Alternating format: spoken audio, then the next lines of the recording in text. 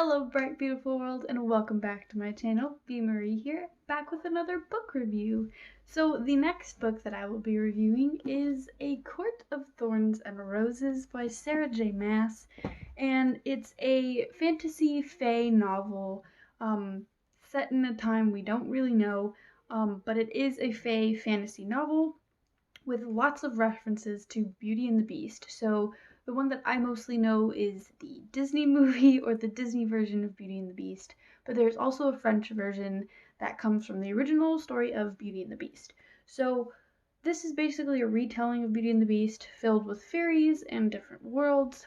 So we follow our main character, Feyre, which is spelled different than it sounds.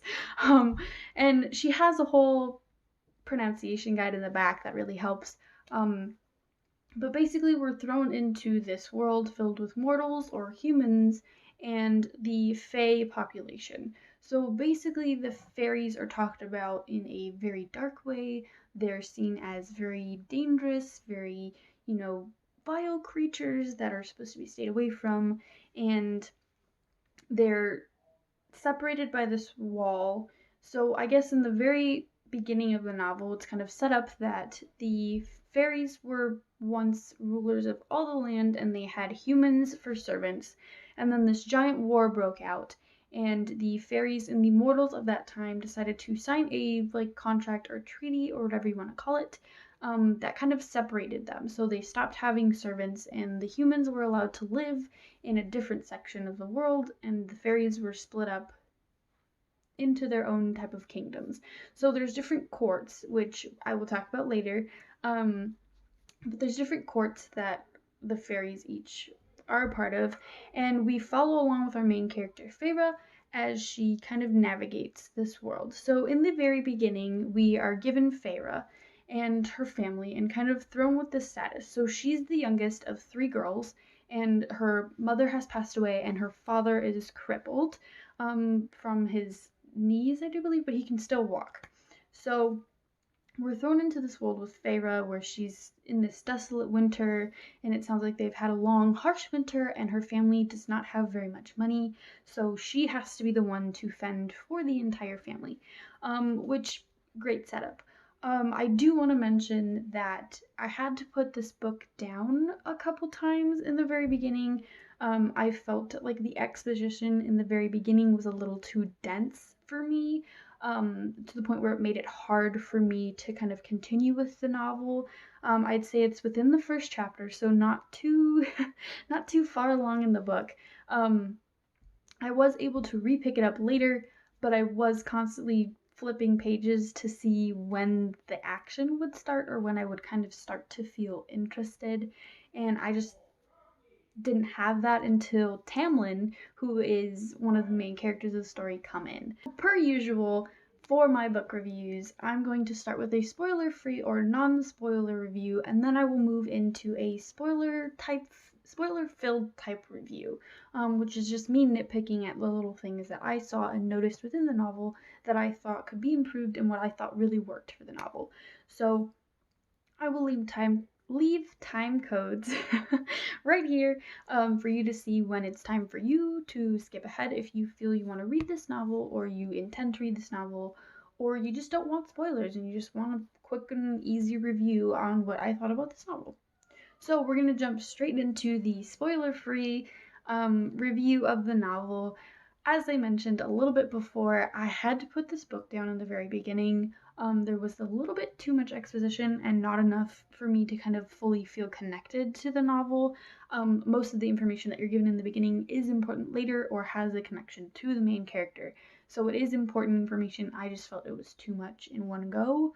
But other than that, I really felt like this novel had a really great world. She really knows where she's at. Sarah J. Maas did a great job of building this world and following the rules. There wasn't anything I was confused on. There was nothing I, needed more information on, or anything that I wasn't given information on later, in terms of the world and these fairies. And everybody seems to have a distinct kind of look to them depending on what court they're from. So I thought that the world building was really well done. One of the things that I also thought was that we have a very strong main character.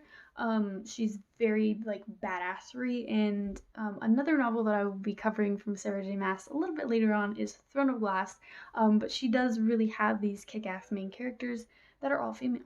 So that's a plus. Who doesn't love a kick-ass female main character? So I thought that was really well done. What I liked about this is that she has the references to Beauty and the Beast, but they're not too overt or in your face. They're very much like, oh, this would remind me of Beauty and the Beast. And she has them like woven through the story very nicely that you kind of don't even think about it until after. I feel like the setup of the whole novel was really great. She has a start to a finish and a reason for everything. So the reasoning in the beginning, the reasoning in the end, everything has a fluid line as if you drew a timeline through across. You'd be able to figure out each and every point because there wasn't anywhere that wasn't filled through. So I thought she did a great job on that. Some things I will say about this novel is if you're not heavily into romance or heavily into fantasy, I probably wouldn't pick it up because of the fact that it's very much Beauty and the Beast. And it's about this girl who's falling in love with a male character who happens to be part beast, part fairy. So if you're not too into the romantical stuff, then I'd say probably skip out on this one, because it's very heavily romance and very much into that kind of like magical, whimsical feel. So if you're not into that exactly, possibly rethink picking up this book. But I will say that she does a perfectly good job of having the romance. I'm going to get into it later with my spoiler-filled review, but some of the relationships were a little bit questionable, but I'll get into that later. So another thing that I wanted to say about this novel is that it's a new adult, not a YA. So when I went into looking at this book and when I was first introduced to this novel, I thought it was a YA novel, which tends to mean that it's for middle school to high school ages, and this book is definitely not. It is definitely new adult novel. It's not for younger audiences. There are a couple of points in the novel that are kind of hot and heavy. So definitely if you are not 17 and older, I'd say probably wait until you're 17 or 18 to kind of get into this book, because there are moments where things can get a little bit steamy. So definitely wait until you're older for that if you are interested in this book. But overall, it's a great novel. So we're going to get straight into the spoiler-filled review. Now, if you are planning on reading this book or don't want to be spoiled by any of the plot points or anything that you think will be a major spoiler to the book, which I feel could be spoilers for the novel, please skip to this time code to figure out what the next book that I will be reviewing is, and thank you very much. So we're going to jump right into this, starting off with the beginning of the novel. So we are established right away that Feyre does not like the Fae. She's very much against it. She's very much against anybody who thinks that the Fae are grand creatures. She's very much against the kind of precautionary things that people talk about. So they talk about how iron is one of the repellents of a Fae, and she highly disbelieves that. And I feel like that was a very big plot point in a sense, because the only one she seemed to believe was that fairies can't lie. And you find out later in the novels that fairies can lie, and fairies can have this type of, hold on the mortals or the humans. And she did find out that iron is not a repellent, even though she seemed to kind of pinpoint that she kind of believed in it. She has stated before that she does not believe that iron is a very good castaway, and that there's no repellent for Fae other than the ash arrow that she uses to kill the very first Fae in the novel, which is a wolf, a Fae disguised as a wolf that she ends up killing for its skin, and when she gets money for it, she then kind of gets a confirmation that it's a fairy. But I thought that setup kind of added a little bit too much to what you need to know later in the novel. And so I kind of felt like maybe those little plot points were kind of scattered a little too obviously for the reader. I know some people, they feel like if it's unless it's completely obvious, they're never going to get it, and then they feel kind of cheated throughout the novel when they do find out that certain things were important. But for me, I like to be that kind of sleuther and kind of find things that make me think about, like, oh, this could happen later, or oh, this could happen later. And I felt like there wasn't enough of that per se. Um, Especially when I did figure out that this was a kind of retelling of Beauty and the Beast, I found that that was kind of a little bit of a spoiler for most of the things that happened towards the end of the book. So I didn't completely think that was ideal for the novel, but it works in a sense that it kept me interested. The next thing that I want to talk about is the very moment she makes it into the Fae area and she's with Tamlin in this new world of Fae. The only thing she can think about is her family, which I thought was greatly done. The only thing that irked me was that she's getting closer and closer to Tamlin, and she's becoming more and more involved in this world, and yet she still constantly tries to escape, or she's constantly worrying about her family, even though Tamlin has to time and time again tell her they're taken care of, and if you leave, then they're not taken care of anymore. And I thought that that was something that could have been worked on, I guess, in a sense, because I know that if I were taken away to save my family and this captor is feeding me and clothing me and, keeping me nice and like safe, I'm not thrown in a dungeon per Beauty and the Beast style. And he's also telling me that my family, who I had to take care of for most of my life, is safe and protected, and the only way that they won't be is if I try to leave. I don't know, I felt like that was kind of a bit forced in a way.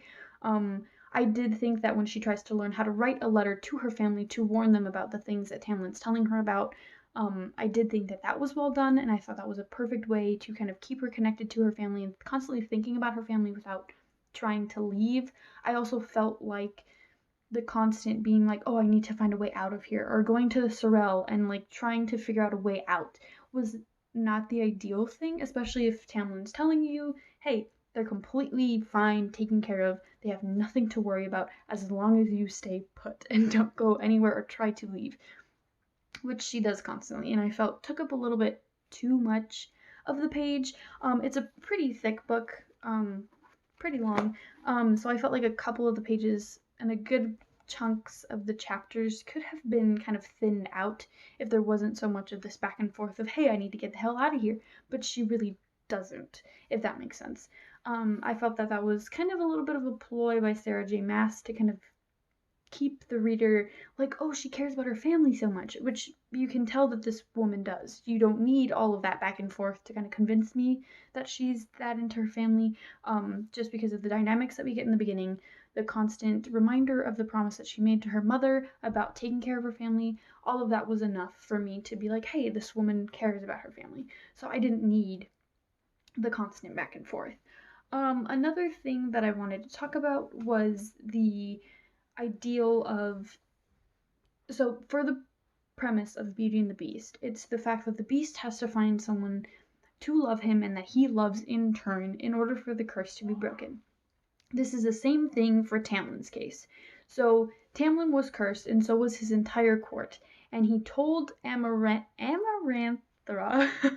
some of the names are a little hard to pronounce, that he would never love a mortal the same, like his sister or her sister fell in love with a mortal, and that was the whole thing, and he'd said that he would rather fall in love with a mortal than marry her and be with her. So she formed his curse around that aspect. He had to fall in love with a mortal who would fall in love with him, a fae, and therefore the curse would be broken. So the thing that really irked me was that this all felt like a reason for the author to kind of fit that plan into the novel. So basically what happens is that Tamlin tells Feyre he loves her, and this is the first time after they've had like their intimate moments and they've finally kind of found that they have feelings for each other, and then he ships her away. What? You literally need this woman to tell you that she loves you, and instead 3 days before the curse is supposed to take form and leave you all, completely done forever, you decide to ship her away. And I get that it was supposed to be, his love for her and how he's trying to save her from whatever Amaranthra has in store for her. But at the same time, if you need this woman to tell you you love her, and constantly she's fighting, to figure out, I felt Lucien's pain when he was like, what are you doing, girl? Like, why are you giving in so easily? Because it just didn't make sense. I get if she completely is like, I feel like I love him, but I'm not sure if I love him. That makes sense. Don't get me wrong on that. That's just how it is sometimes. But at the same time, Tamlin and Lucien know what's happening. Feyre doesn't. So I give her props for that. Like, she has a reasoning for kind of being like, okay, I don't know. But as for Tamlin knows what's happening. Tamlin knows the curse, and he knows what needs to be done, and yet he sends her away anyways. So back to that kind of idea of Tamlin sending her away. I found out later, while continuing to read, was that the whole point was so that we could have our damsel in distress be Tamlin, and then our heroine is Feyre, of course, and she goes to kind of try and save the Fae after she figures out what the hell's going on. And I thought that was kind of just a cheap ploy, kind of in a way, to set that up, because I don't think she needed to be sent away. If anything, she could have just stayed, or Tamlin could have sent her to some other court or, something, but I just felt like there was too much of a kind of setup for all of that to happen, that it just kind of didn't completely feel necessary to the plot of the novel. Kind of just felt like, hey, I have this story and it's a retelling of Beauty and the Beast and I have to have this happen, so let's just send her away, like right before. I didn't think. I feel like if he had given her the option to say, hey, I saw that your sister came trying to come looking for you, because there is a moment where Nesta says, hey, I went to go look for you. If you could have said, hey, your sister came to come looking for you, how about I give you a day or like a month or a week or something to kind of go see them, because that's the point in Beauty and the Beast. Belle sees that her father is sick, and she asks, hey, can I go see him? He's sick, he's dying, and the Beast lets her go. That's the point of his growth. But here it was a forced kind of send away. Tamlin was like, hey, you're going home tomorrow, like, just bye. And I didn't feel like that worked for the relationship in terms of all of that, which I will talk about a little bit later in terms of the abusive relationships or healthy versus unhealthy relationships. And I felt that that was kind of one of the points in which I didn't feel that the relationship had anything. It kind of felt like a forced aspect of the relationship, because if he truly loved her, I feel like there'd be a difference in giving her the option to go home for a month rather than being like, hey, you're going home for good because there's a problem here in this land. Like, I get that's part of the novel and part of the plot that she had going on, but I didn't feel that was necessary, if that makes sense at all. Another thing that I wanted to talk about was the aspect that Feyre starts to learn how to read and write. So I completely understand having survival instincts and not needing to know how to read and write. That makes complete sense to me. But the fact that she starts to learn to read and write while she's with Tamlin and then suddenly stops didn't make sense. If she was that informant or that insistent on learning how to read and learning how to write and, having these different opportunities from Lucien and Tamlin to kind of learn, and she completely didn't. She was like, I can do this on my own. And I go for it, girl. Learn on your own. That's completely fine. But then all of a sudden she just stops. Like, she just stops learning how to read and write. It stops becoming important. And she kind of just spends her days with Tamlin and Lucien, like, around the land. Which is fine. She doesn't know that she's leaving soon. Makes sense. But then when it becomes important later on in the novel and she has her trials and she has to learn to, like, she needs to know how to read in order to read the riddles that are a part of her trials, I thought that was another cheap cop-out, kind of. Like, she was learning how to read and write, like, this whole time. And then as soon as Lucien's life is on the line and she has to be able to read, she can't. And I get that that kind of adds to the drama and the, like, will she, won't she? But at the same time, I thought it was a really cheap way to kind of be like, oh, she's not going to make it because she doesn't know how to read. Even though at the same time, she has rescind's powers and he's helping her along the way. So even if she hadn't known how to read and she had failed that trial, she still, it didn't make sense to me on why that was necessary, especially if it's established early on. She doesn't know how to read and she needs to read and write and learn how, and she's giving these opportunities for someone to teach her and for her to learn herself. And she just randomly stopped to be like, hey, let's spend time with these people because per, novel magic, I know that I'm going to have to leave soon. So it didn't completely make sense. And I know that's probably not the complete reason on why she didn't, why Sarah J. Maas kind of had her stop. I mean, the author knows what's going to happen, but the characters don't. So if you give me a reason for her to stop, say she, can't obtain the knowledge, or she's getting frustrated, or she can't do it on her own, but she doesn't want to ask Tamlin for help, I would understand that. But the fact that she just stops, and it's never mentioned why she stops or that she stops, she just stops, kind of irked me and was memorable during the trials, and kind of brought me back to the beginning of the novel and the fact that she never learned how to read. And there's a little bit at the end where it kind of starts to get you ready for the next novel, which that will be coming in the future, that she starts to learn how to read and write with rescind, but I felt it was a little too late. Like, yeah, they kind of talk about, how it was a problem because she needed to read for her trials, but at the same time, I don't know if that's necessary anymore. I don't know if that's going to become another thing that she's going to have to overcome.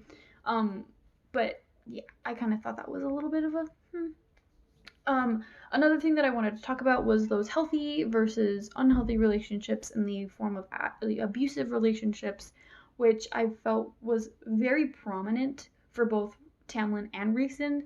And I know that this has been talked about before because this book is not anywhere near being new. But I felt like there was too much of the abusive aspects or the unhealthy aspects of the relationship. Like I mentioned before, if he had given the option for her to go home, or if he had told her, hey, do you want to go home, or do you want to go see your family for like a little bit, that would have made more sense than being like, hey, you're leaving tomorrow. Which I felt was really like, sure, it gives her a reason to fight, but she doesn't always have to be constantly fighting. Especially if it's somebody that she feels she loves or could potentially love. I felt like there was no reason for him to have that, like, forcive, like, control over her. And I get he's supposed to be, like, some high fae, but at the same time, that's not healthy if someone's saying, like, hey, you gotta go. Like, he just told you he loved you. Like, I need... And then there's supposed to be this aspect where Rescind is like her soulmate, and he figures this out at the end, and she doesn't. Anyways, he figures out that they're connected, or they have like this imprint, if you want to go through Twilight, through the Twilight knowledge, imprinting on Feyre, and that they're supposed to be soulmates and they're supposed to be together. And that just didn't make sense to me. Like, why? If she was human, would it still have happened?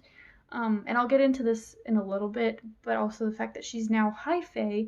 Is it because of the fact that she became high fae that he now has this ability to imprint or fall in love with her or become soulmates with her? I wasn't completely sure how that worked. But also the fact that Rescind was a dick to her most of the time that he saw her, except for the very first moment when he met her while he was at the party thing the little festival thing that they had going on. But I just didn't feel like either of them were good contenders to being her, like, partner. I didn't think either one was a very healthy relationship. Definitely not with Rescind. I kind of felt more inclined to Tamlin, but I know that later in the novels that she becomes connected with Rescind, and I'm excited to see how she changes that, but I'm hoping we get rid of those, like, unhealthy relationships, because this man did a number on her. Like, he used to get her drunk to the point where she couldn't remember the next day. He put paint on her that only he could touch, or if someone touched it, he would see where they had touched her and, who had done it, And it was just like those little things, especially because she's not his, that made it more uncomfortable, I guess, to have that kind of relationship between the two, and then kind of have this knowledge of, hey, these two are supposed to get together and be soulmates. It was a bit too much for me, I think, in terms of unhealthy, that I kind of wanted there to be someone there, or one of the two to become healthy in the relationship rather than be so controlling and overtly unhealthy for her, if that completely makes sense. One of the other things that I wanted to talk about was the Deus Ex Machina, the kind of swoop in to save the day, was at the very end of the novel, Feyre has to go through these trials to show that she truly loves Tamron per Amaranthra's wishes and her wills. And so Feyre has to go through these different trials, and one thing that she tells her is that if she figures out this riddle, doesn't matter at what point in time that it is, if she figures out the right answer to the riddle, that she will let everybody go instantly. Good, right? Yes. Perfect. That, or she can go through each trial and survive. If she gives the wrong answer to the riddle, she dies right then and there, which makes complete sense. So, Amaranthra says the riddle, and at first I didn't know what the answer to the riddle was, but eventually as Feyre kept thinking about it and kind of like, like going through her own mind about it, I figured out what the answer was. And the answer is love. Which, if the whole point of the trials is to have this undying love for Tamlin, the answer kind of becomes more obvious the more you think about it, in terms of the novel and then the riddle and just everything. So the answer ends up being love. And so eventually Feyre goes through all 3 of her trials, and she wins each and every one. And of course, because Amaranthra is a huge psychomaniac villain, she decides, nope, you're not allowed to win, and she starts basically beating Feyre up and completely like hell-bent on killing her because she doesn't want her to have Tamlin, which, fine, creates more drama and the aspect of the, book. But what bothered me the most was that literally right before the chapter ends, it's almost like the second to third line, I think, before the chapter ends, Feyre figures out the answer to the riddle. Like, you couldn't have figured out, like, 2 seconds before you almost died, or you couldn't have figured it out, like, she eventually, after she says the word love, she is killed and dies, and the whole process of her becoming a high fae happens, but it just felt forced, and really, like, she didn't deserve, not deserve, but, like, it just didn't make sense to me on how all of that could just happen. And I felt like that was more of a cop-out than anything else. There's just a lot of cop-outs in this novel, that I could have thought, I thought could have been played off a little bit better or could have done more seamlessly. Even if she knew the answer but wasn't sure, she could have done that, and then at the last minute when she knew she was dying, then she could have said the answer, if that makes more sense, but I just felt like that wasn't the best way to do it. And then one of the last things that is a part of like the negative things that I have to say about this novel, was the aspect of Feyre becoming high fae. And she gives this, Sarah J. Maas gives this great detail on like how they have like these little lights and each person from each court has to, give this light. But what didn't make sense to me was, how does this happen? How is it that a human can become high fae? How is it that this works? And I know she gives the little details. I'm like, this is how we do it. And, but I wanted a deeper understanding of, this woman is dead. This human woman is dead. But putting light into her can make her a high fae. And it kind of just felt like there wasn't enough detail on how this happened for me to completely believe, like, yeah, she's high fae now. Does she have powers? Does she... I didn't understand completely how it worked. So I kind of just wanted a little bit more on that. And perhaps in the later novels I'll get more, more knowledge on that. But that was just one thing that I was like, how? Hello? Are other humans also, fae? Has this happened before? Like that kind of thing. And I just didn't have that. Now going into the things that I really liked about this novel, world building. That's one thing that I'm mostly focusing on for my own novels, and this is not the first fae story that I will be reviewing on my channel, and this will come into play later when you find out about my new novel. So one thing that I noticed is that the world building is very, very well done. There wasn't an aspect that I wasn't sure about. I knew where each court was and how it worked. because she also provides a map in the very front of the book so you can see each part of the land, and I knew where everything was, I knew who belonged where, and so I just thought that was beautifully done. Feyre as the main character, she's a perfect main character in the sense that she's very active. In terms of certain decisions, she's kind of passive, but that's because of Tamlin being a rather active and kind of controlling character, that he makes some decisions for her. But most of the time, she's doing things for the sake of others. And I thought that that was a really good thing to focus on because she's doing things for the purpose of others and not for herself. So I thought she was a good character in that main sense. And I also like the fact that she's, brave and daring and, she's rather sarcastic at times. So I thought that was a really good thing. Of course, the Beauty and the Beast aspect. I'm a very huge Disney fan, so to have the Beauty and the Beast aspects was very, very interesting, and I really loved seeing them and pinpointing them. Some of the other main characters that I really loved was Lucien. Lucien, of course, is one of my favorite characters. He's so snarky and so good, that he's perfect. So yeah, those are the things that I thoroughly enjoyed about the novel. I thought it was good pacing, except for the beginning where I had to put it down. Yeah, and I think that's the end of the spoiler-free review, or spoiler-filled review. But I really loved this book. It was really good. Enough to keep my interest, except for that very beginning part where I needed a little bit more to keep me through instead of all the exposition. But I really thought this book was entertaining and something that was easy to read. I'm gonna give A Court of Thorns and Roses a 4.5 out of 5 stars. I just think that it could have been a little bit better. I had quite a few notes about it to the point where I had a lot of things that I had to say about it. But overall, I thought it was a really interesting read, something fun and kind of fresh to read, a new interesting take on Beauty and the Beast. So I thought it was a really great novel, and it'll help me with my knowledge of Fae. So thank you guys so much for listening to my book review on A Court of Thorns and Roses. And the next book review that I will be doing is Life and Death, a Twilight Reimagined, which is basically the gender bend version of Twilight. So come in next time for that book review. Thank you guys. Bye.